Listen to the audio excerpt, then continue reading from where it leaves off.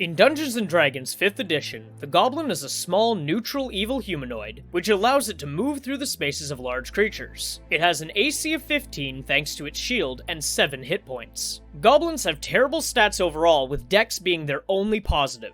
They do have dark vision and a +6 to their stealth, but they have a terrible passive perception of 9. They have the ability to disengage or hide as a bonus action, and they can attack once per turn with a scimitar or shortbow, giving them a ranged option. Goblins are described in the monster manual as, quote, small, black-hearted humanoids that lair in despoiled dungeons and other dismal settings. Individually weak, they gather in large numbers to torment other creatures. As a DM, the strategy with goblins is pretty straightforward. Since they would typically be found in a cave system or a cramped lair, it only makes sense that they would use such terrain and fortify it for defense. Goblins are only really dangerous in large numbers, so cram them in there. I would have the goblins skulking around in darkness, using their bonus action to hide every turn. If successfully hidden, they would be able to strike with a scimitar or shortbow with advantage every turn. If they are ever cornered, I would instead use disengage as a bonus action to get them away from the player without an opportunity strike. I would use a portion of the goblins to surround and swarm ranged players and spellcasters, while using the rest to harry the entire party with ranged attacks from afar. This prevents the spellcasters from gaining an advantage on them, and also keeps the melee characters engaged in the combat. While they can be annoying, most goblins will be slain in one hit by even a level 1 party, which is probably why they're a DM favorite for a first-time combat encounter. Goblins are found in multiple European folktales and are commonly described as disgusting, malformed sprites, demons, or fairies. Goblins in some cultures are simply mischievous household spirits similar to the kobolds in Germany, whereas other cultures view them as monsters with the ability to shapeshift, likening them to small demons that seek to cause real harm to humans. The word goblin was first recorded in the 14th century and can be traced to the Anglo-Norman word goblin. This word is often tied to the Germanic kobold, which traces through Latin back to the Greek word kobolos, meaning rogue,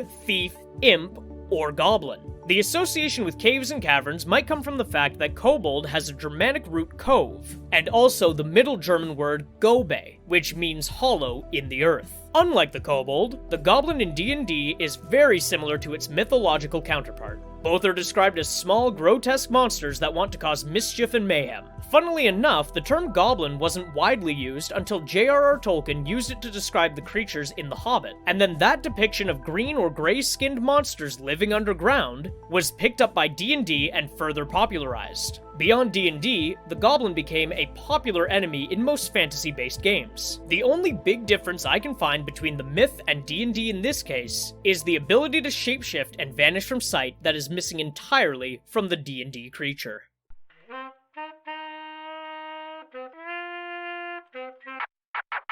If you enjoyed that video, consider giving it a like and giving me a follow. And for more of my videos, you can find me on Twitch at Moglaroo, YouTube at Moglaroo Streams, and TikTok at Moglaroo Streams as well.